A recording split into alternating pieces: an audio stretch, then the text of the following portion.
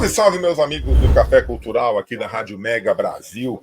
Mais uma vez estamos com vocês. Muito obrigado pela audiência, muito obrigado por acompanhar. Queria agradecer demais o retorno que eu tenho tido de vocês, os comentários, as mensagens que vocês passam aqui para a Rádio Mega Brasil, gostando das entrevistas.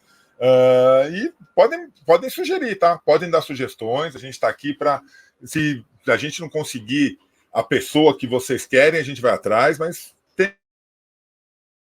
muito positiva. Meu convidado de hoje, meu amigo Rogério Tavares. Deixa eu mudar o fundo aqui, Rogério, senão o povo depois dará botar o branquinho. Pronto, agora sim. Agora nós estamos certos aqui. Rogério, muito obrigado por ter aberto esse espaço na tua agenda. Eu sei que você está super corrido aí. O Rogério, meus amigos, ele é presidente da Academia Mineira de Letras, né? Uma instituição que tem trabalhado fantasticamente. Nós vamos tem a Bienal Mineira do Livro agora, e com um trabalho maravilhoso. A literatura em Minas Gerais sempre foi motivo de orgulho para o nosso Brasil, com escritores, com autores fantásticos. Eu entrevistei outro dia o Bernardo Sabino, filho do Fernando Sabino, uma figura maravilhosa, e foi um orgulho, é um orgulho a gente conseguir ter um estado que tenha uma cultura em todos os sentidos, cultura gastronômica, cultura artística e principalmente uma cultura literária muito significativa, né, Rogério? Seja muito bem-vindo.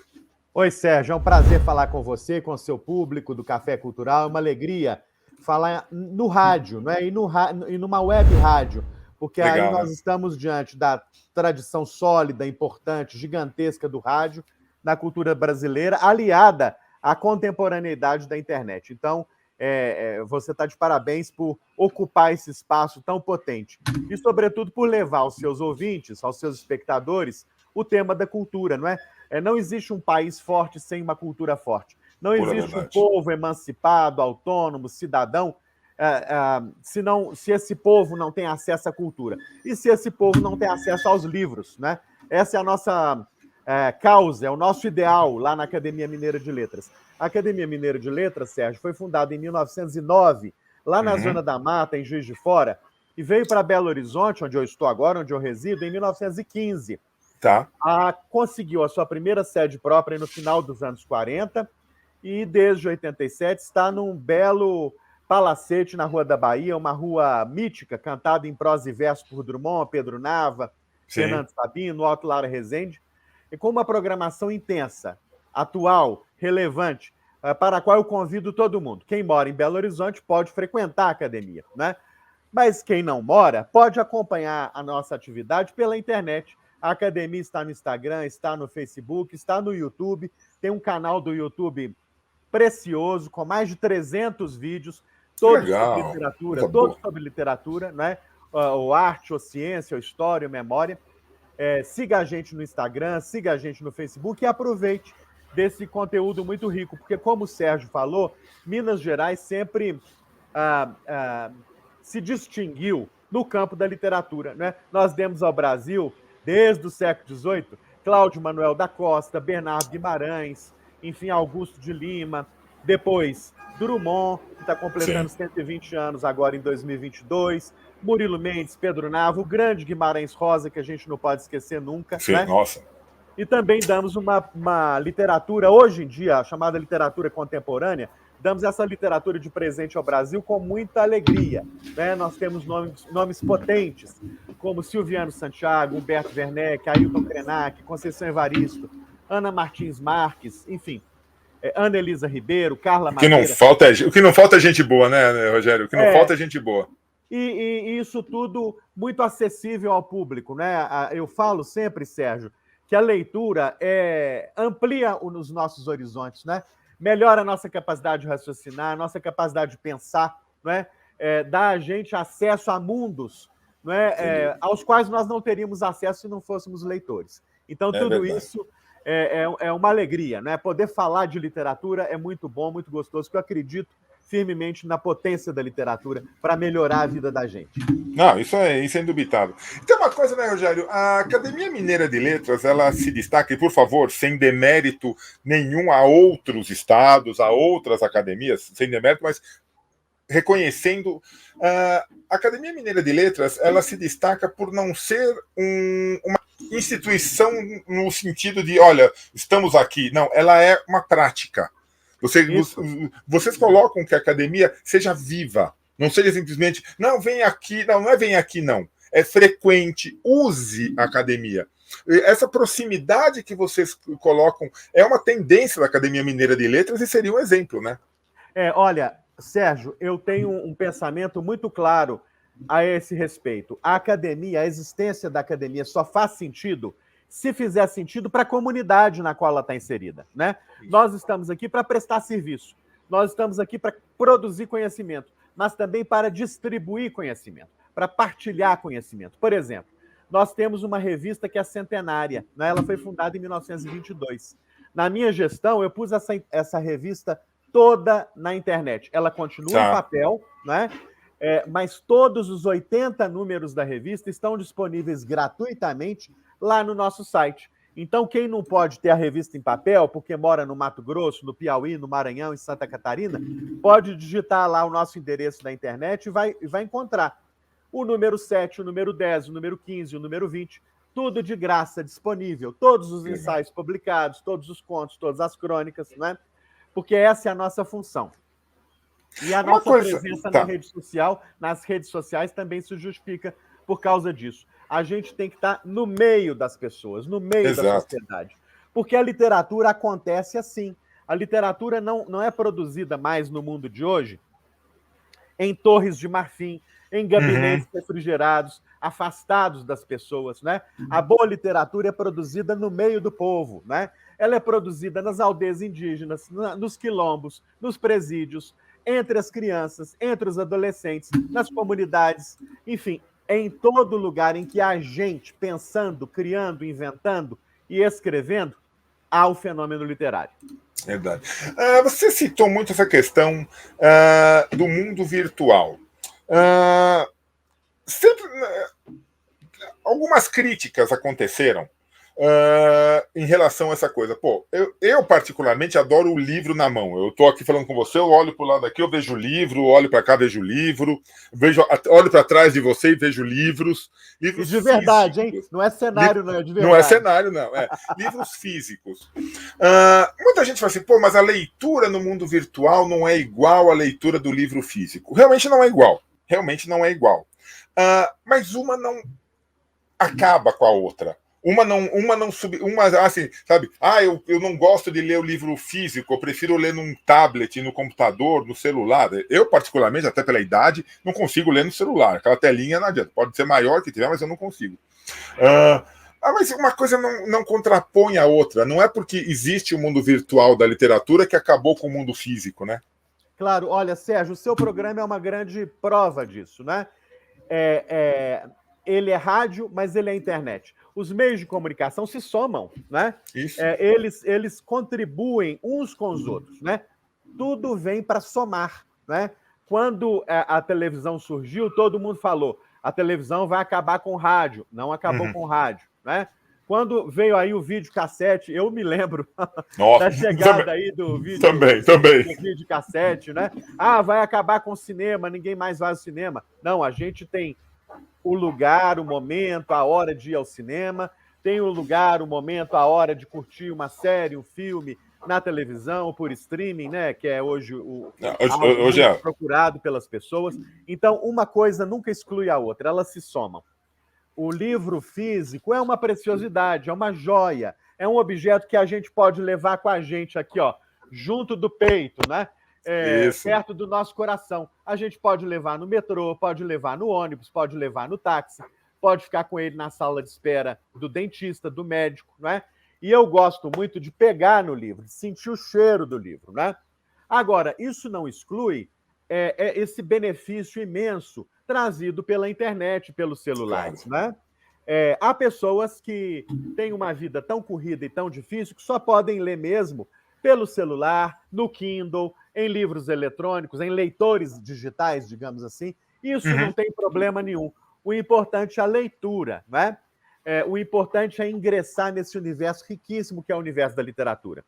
Nós, na academia, lançamos, Sérgio, durante a pandemia, esse livro aqui, ó. Eu vou tomar a liberdade de fazer propaganda. Por favor. Ele foi lançado durante a pandemia, junto com a editora Autêntica. O nome dele é 20 Contos sobre a Pandemia de 2020. É muito legal. São 20 histórias que autores mineiros, né, mulheres e homens, 10 mulheres e 10 homens, escreveram sobre a pandemia. E ele está no formato físico, que está aqui comigo. Se você quiser comprar, está aí em todas as lojas físicas e virtuais. Mas ele também está no formato digital, porque tem gente que prefere. Olha, eu não vejo conflito nenhum. Tudo vem para somar, Sérgio. Que maravilha, que maravilha. Pessoal, vamos fazer um rapidíssimo intervalo. Já deu nosso tempo aqui. Segura aí, a gente volta já já com o segundo bloco do Café Cultural. Rapidinho.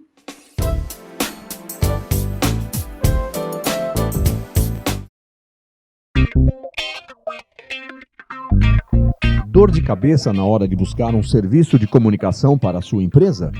Na versão digital do anuário Mega Brasil de Comunicação Corporativa, você tem acesso às principais agências de comunicação do país. Por meio de um sistema de busca nacional, você consegue selecionar sua pesquisa por especialidades e encontrar a agência que melhor se adequa às suas necessidades.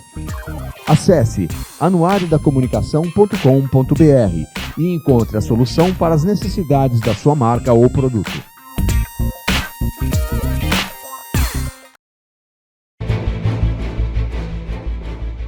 A Mega Brasil entra em conexão internacional para debater e analisar a comunicação, a pandemia e os efeitos do coronavírus na sociedade. Conexão Internacional é um programa que traduz diferentes realidades a partir da análise de jornalistas baseados na Europa e nas Américas. Rosana Dias, do Canadá, Maria Luísa Abbott, do Reino Unido, Sandro Rego e José Gabriel Andrade, de Portugal, e Santiago Farrell, da Argentina, formam um time nota 10 de comentaristas comandado por Marco Antônio Rossi.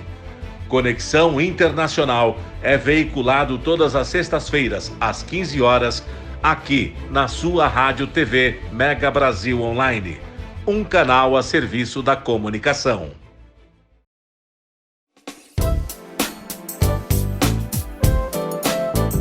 Então, pessoal, voltamos aqui com o Café Cultural, muito bom. Hoje um papo super agradável, super dinâmico, e é assim que eu gosto de levar o programa, você sabe, eu odeio.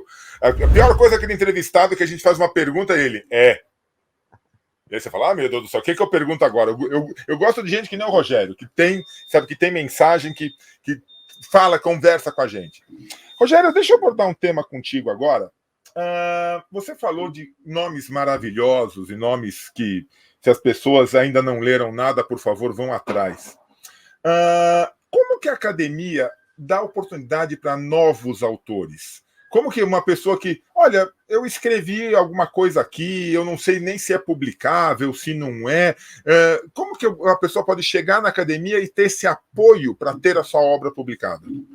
Olha, Sérgio, essa pergunta é muito importante, não é? A academia trabalha sempre no espírito do acolhimento, da hospitalidade, da agregação, não é? O pior que poderia acontecer é que a gente trabalhasse numa instituição excludente, elitista, preconceituosa. Isso é muito ruim, né? Uhum. E os autores que estão começando, né, eles precisam receber uma palavra de apoio, uma palavra de incentivo, uma mensagem de motivação que os encoraje a seguir adiante, que os encoraje a seguir em frente, não é?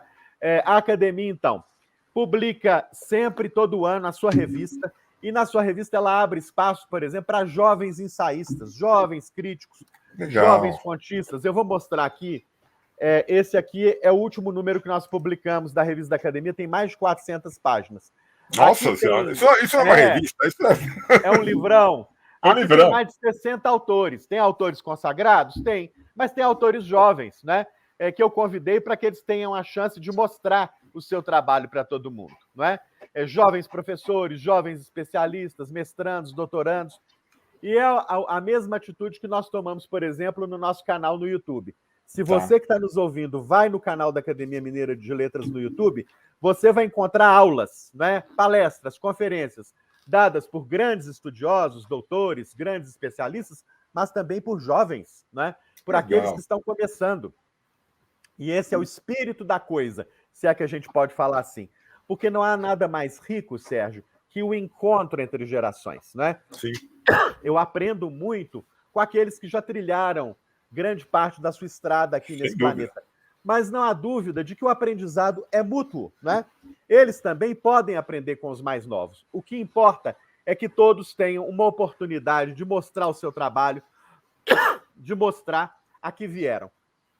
Outro espaço muito importante é o nosso Facebook, o nosso Instagram. Tá. Né? Nós sempre abrimos espaço para os jovens nas nossas redes sociais. Às vezes o jovem quer publicar o seu primeiro poema ou quer publicar uma coleção de poemas e encontra ali nas nossas redes sociais um espaço que é bastante adequado. Não, muito legal, muito legal. E eu acho que incentivar o desenvolvimento do texto. Eu sou jornalista de formação e as pessoas às vezes falam assim, nossa, seus textos são muito longos. Falei, mas tá bom de ler? Tá fazendo sentido? Tá fluindo? Ah, não, isso tá. Falei, então tá bom. Eu acho que os jovens hoje, até pela rapidez das redes sociais, das mídias, dos acontecimentos, eles estão tendendo a textos muito curtos, a coisas pequenas. Eu acho que desenvolve a ideia. Sabe? Você sabe, olha o teu cotidiano, olha o teu entorno. Começou a escrever, não tem nenhum problema ser um texto curto, por favor. Mas não se limite. Ah, não, já está com 20 linhas. Gente, e daí que está com 20 linhas? Olha o tamanho, a revista do Rogério, tem 400 páginas. Claro. Ah, mas eu vou fazer um texto de 400 páginas? Se for um texto bom, se tiver conteúdo, se tiver fluidez, faça. Claro. Agora, é como o Rogério falou, eu acho que ouvir pessoas experientes, ouvir quem já escreveu, entender o processo criativo é tudo para que você possa se desenvolver, né? Claro, Sérgio, você apontou aspectos fundamentais aí do universo da produção textual, do universo da produção literária. A academia já forneceu, já organizou algumas oficinas de escrita criativa, né? Então já deu chance a pessoas que estão começando, a pessoas que amam escrever, né? Já deu chance dessas pessoas se encontrarem com um professor especializado nisso e aprenderem com ele, né? Então isso a gente faz muito. São oficinas, são cursos em que se aprende um pouco da arte e da técnica da escrita. Escrever é um dom?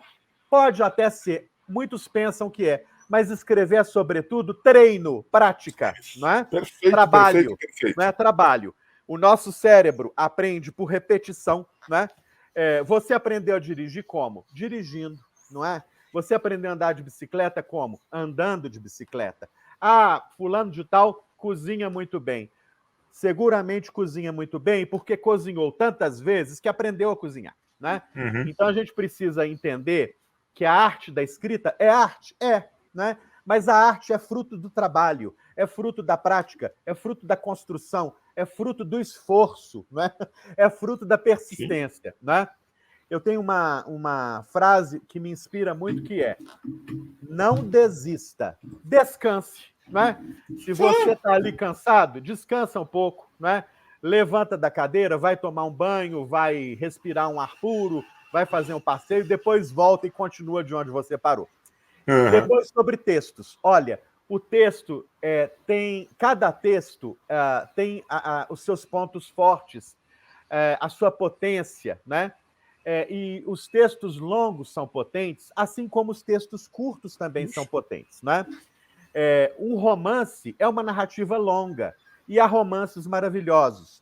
O conto é uma narrativa breve, é uma narrativa curta e há contos maravilhosos, né? Exato. A gente não pode ter preconceito em relação ao tamanho do texto. E outra coisa, Sérgio, que você falou que é muito correta, eu concordo com tudo, né? A vida está muito corrida, né? A vida está muito agitada, a gente não tem tempo para nada, né?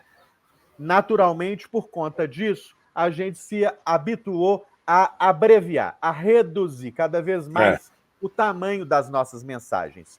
Ok, se são mensagens para manejar ali a vida prática, ok, está muito bem. Mas o lugar da literatura é outro. O lugar da literatura é o lugar do sonho, né? E eu não quero ter limite para sonhar. Eu não quero ter número de páginas para sonhar. Eu quero sonhar em uma página, ótimo. Eu quero sonhar em 5 páginas, melhor ainda.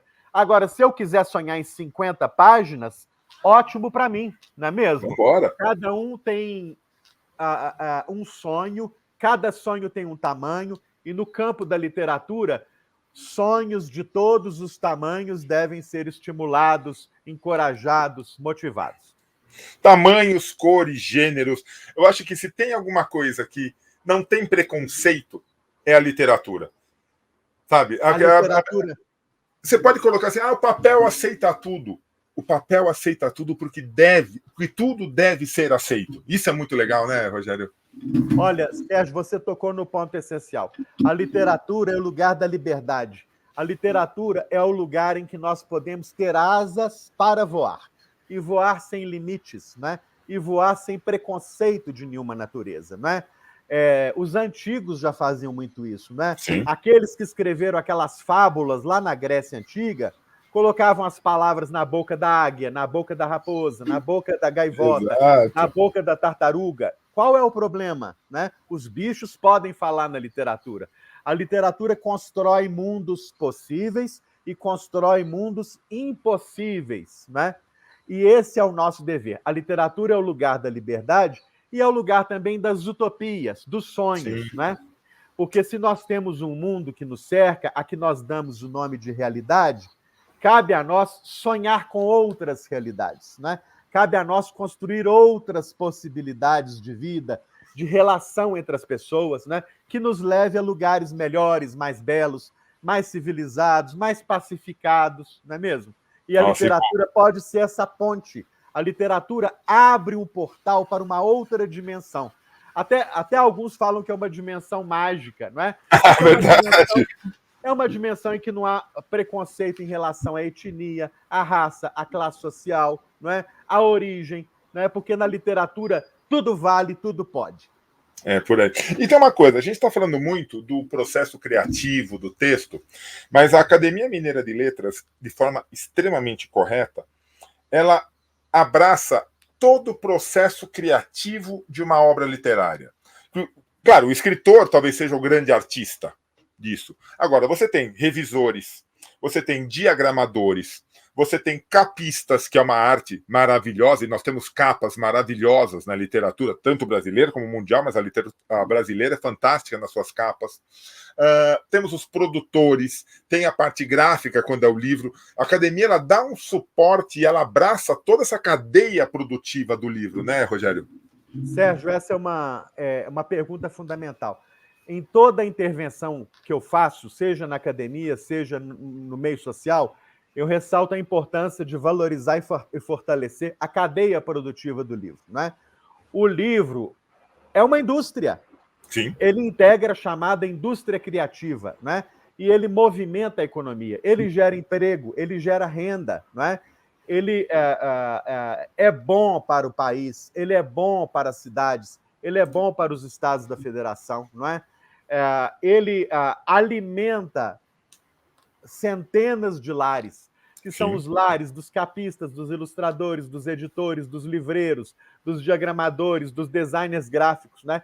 Toda essa gente trabalha profissionalmente em torno do livro, né? O livro é um objeto da cultura, não há dúvida nenhuma, mas ele também é, sem nenhum demérito, um produto que deve ser valorizado, né? Porque é preciso que a gente invista cada vez mais na possibilidade de viver profissionalmente da literatura, não é? Os escritores precisam ser remunerados dignamente e o Brasil deve ser capaz de produzir aí a profissionalização, não é, dessa gente toda, dar a essa gente toda uma condição de viver do seu trabalho. E isso nós teremos quando tivermos mais e mais e mais leitores, não é? Exato. Eu falo algo também, Sérgio, que eu julgo que é muito importante. Você está vendo aqui atrás essa prateleira de livros que não é cenográfica, é real, né? Porque eu acredito que o livro deve habitar o espaço da família, deve habitar o espaço doméstico. Eu acho que tem que ter livro na sala, no quarto, na cozinha, no banheiro, até no corredor. Não tem problema nenhum. Porque o livro deve ficar misturado na vida da gente. Ele deve habitar a paisagem doméstica e também a paisagem pública, não é? Eu fico muito feliz quando eu vejo aqueles projetos em que os livros aparecem nos pontos de ônibus, dentro Sim, tem muito. Não é? Nas bibliotecas, nos centros comunitários, nos centros culturais. Então, o livro precisa habitar a paisagem urbana, porque isso forma uma sociedade mais qualificada, em que as pessoas têm um acesso mais direto, mais fácil, mais facilitado a esse objeto, a esse produto e a esse bem da cultura brasileira. É por aí mesmo. E só para terminar o bloco aqui, gente, é que não dá. Todo mundo assiste filme. No começo do filme aparece lá o nome do filme, quem são os atores principais, o produtor, o diretor. Lá no final, naqueles créditos que rola, que ninguém consegue ler nada, né? Rola rapidinho, tá toda a cadeia produtiva do filme. No livro, já imaginou se nós tivéssemos que colocar a cadeia produtiva no final? Um livro de 100 páginas ia ficar com 150 páginas de colocar todo mundo. Pena que não aparece. Mas, olha, é um pessoal que merece o nosso respeito, merece o nosso apoio, que são profissionais fantásticos, tão importantes quanto o autor. Tenho plena certeza disso e tem que ser valorizado. Vamos fazer um intervalo rapidinho, a gente volta já já aqui com o Café Cultural.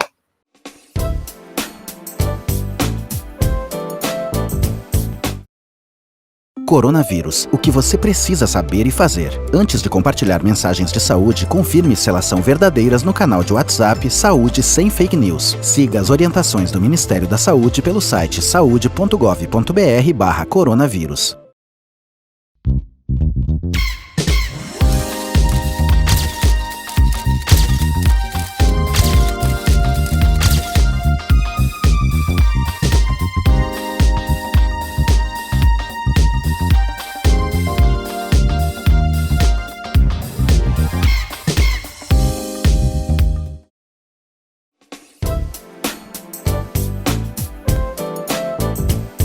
Voltamos aqui.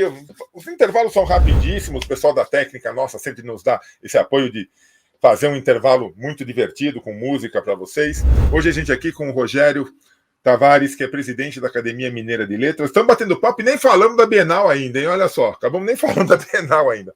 Mas eu quero te perguntar uma coisa antes da Bienal, Rogério. Nós estamos num período do nosso tão querido e judiado Brasil, onde a cultura está muito judiada, extremamente judiada.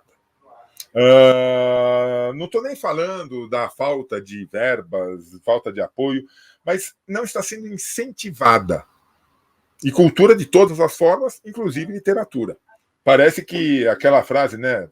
Quanto menos o povo lê, menos o povo é inteligente, mais a gente consegue dominar. E não estou querendo entrar em política, partidarismo, nada disso, por favor, tá, gente? Mas nós precisamos ter políticas públicas de incentivo à cultura, à leitura. Isso está fazendo falta, né, Rogério? Faz muita falta. Sérgio, a cultura é direito de todos. Isso está na Constituição Federal de 88. A cultura é bem de dimensão pública, é direito de todos, dever do Estado, o Estado, não é o Estado de Minas ou o Estado de São Paulo, o Estado, não é? Os poderes públicos, né, são obrigados constitucionalmente a incentivar a cultura, a promover a cultura, porque ela gera cidadania, não é? Ela emancipa as possibilidades humanas, não é? Ela se conecta de modo umbilical à educação. Não existe formação educacional possível sem um amplo e diversificado acesso aos bens culturais. Então, é por isso que é dever do Estado e também da iniciativa privada, de todos os agentes sociais, promover a cultura e organizar políticas públicas que atendam a essa necessidade, não é?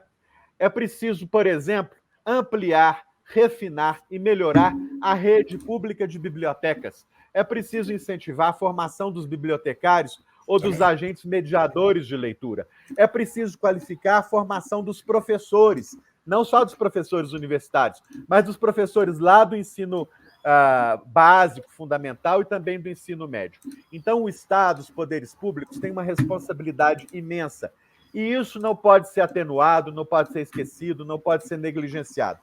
Nenhum país do chamado primeiro mundo, nenhum país chamado civilizado, desenvolvido, esqueceu do campo da cultura. Se a gente vai à França, a gente entende que o Ministério da Cultura da França é um dos mais importantes ministérios do gabinete francês, porque a França tem a consciência perfeita do poder da sua cultura para a formação de seu povo. Para a formação de seu povo e até para a sua política externa, Sérgio. O governo francês tem adidos culturais e mais, tem adidos do livro. Veja bem, olha só. Impressionante. Há diplomatas do governo francês espalhados pelo mundo inteiro, encarregados única e exclusivamente de divulgarem no exterior a literatura produzida na França. Veja você, no Brasil nós temos um adido do livro do governo francês. Ele promove concursos, ele distribui prêmios, ele abre editais que favorecem a tradução dos livros franceses para o português, porque a França sabe que ela fortalece a sua cultura e a sua presença na sociedade internacional, promovendo a literatura, promovendo seus escritores. Os escritores são os grandes artistas que narram a história de um povo, não é? A nossa história, Sérgio, é contada pelos historiadores? Eu não tenho dúvida. Mas ela é contada também por Machado de Assis, ela é contada por Guimarães Rosa, ela é contada por Lígia Fagundes Telles, ela é contada por Raduan Nassar, ela é contada por Chico Buarque, ela é contada por Murilo Mendes, enfim. Todos esses artistas contam a história do nosso povo. E é assim que a gente ganha a nossa identidade nacional. Perfeito. E uma coisa, pessoal, eu acho que, claro, nós temos necessidades no nosso Brasil, necessidades sociais. O povo briga por emprego, o povo briga por saúde, mas a gente não pode esquecer que educação e cultura, um povo bem educado, um povo com cultura, vai atrás de tudo isso, sabe? Claro. Você tendo o conhecimento, você vai atrás de formas de trabalho. Você tendo conhecimento, você vai atrás de seus direitos em termos de saúde. O povo culto adoece menos, por incrível que pareça, porque sabe se cuidar. Claro, é isso então, mesmo. A cultura sendo incentivada, a cultura e cultura e educação não são nem irmãs, né? São irmãs siamesas, eu diria. Assim, vai atrás dos seus direitos básicos. A gente não pode nunca deixar de lado isso, gente. A gente precisa começar a lutar por ter cultura / educação, educação / cultura. Isso é fundamental. Isso mesmo. São duas faces da mesma moeda, não é, Sérgio? Uma educação de verdade, uma educação plena, uma educação refinada, digna dos melhores países do nosso planeta, ela inclui o acesso ao teatro, o acesso ao cinema, o acesso a exposições de arte, o acesso a shows musicais, a concertos musicais. Né?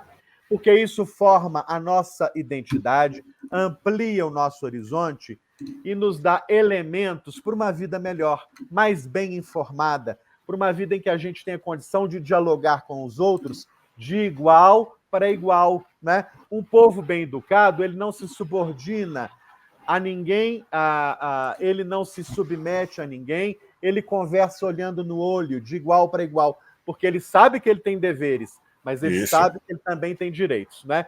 E a relação entre as pessoas deve ser uma relação de igual para igual, porque todos nós somos portadores da mesma dignidade humana. Né? E a cultura é um pouco esse ambiente em que a alma da gente, o nosso corpo, o nosso espírito, né? Tudo isso se sentem felizes, leves, enfim, se sentem bem, não é? A cultura, ela é, eu diria, a morada da alegria, a morada da felicidade, e a gente nasceu para brilhar, como diria Caetano Veloso, né? Gente é para brilhar, não para morrer de fome, né? E a cultura é muito isso. Perfeito.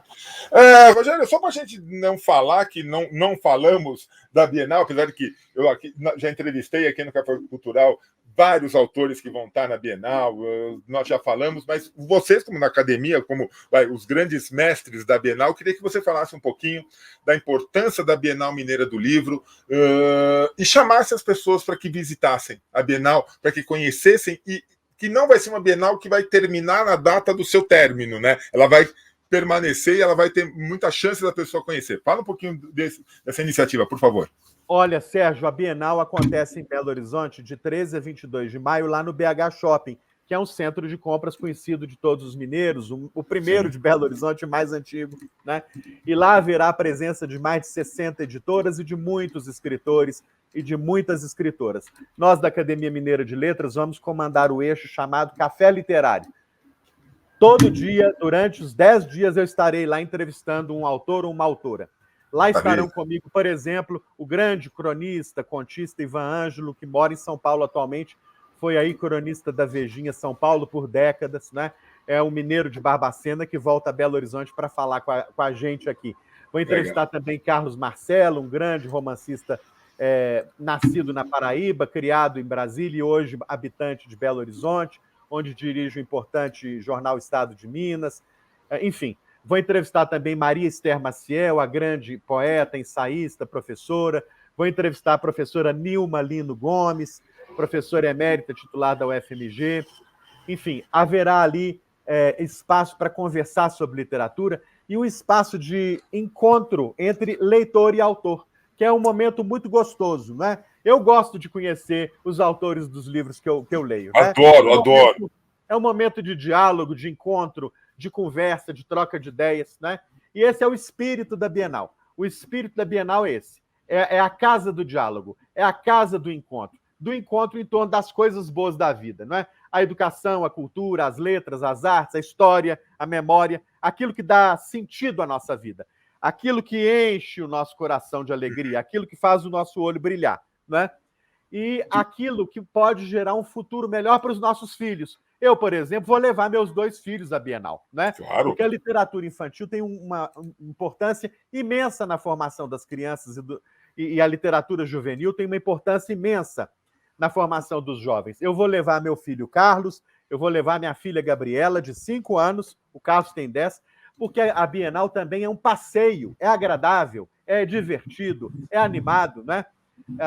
É um lugar em que a gente pode passar umas horas bem agradáveis. Então, eu convido todo mundo que está nos ouvindo ou nos vendo para também passear pela Bienal Mineira do Livro.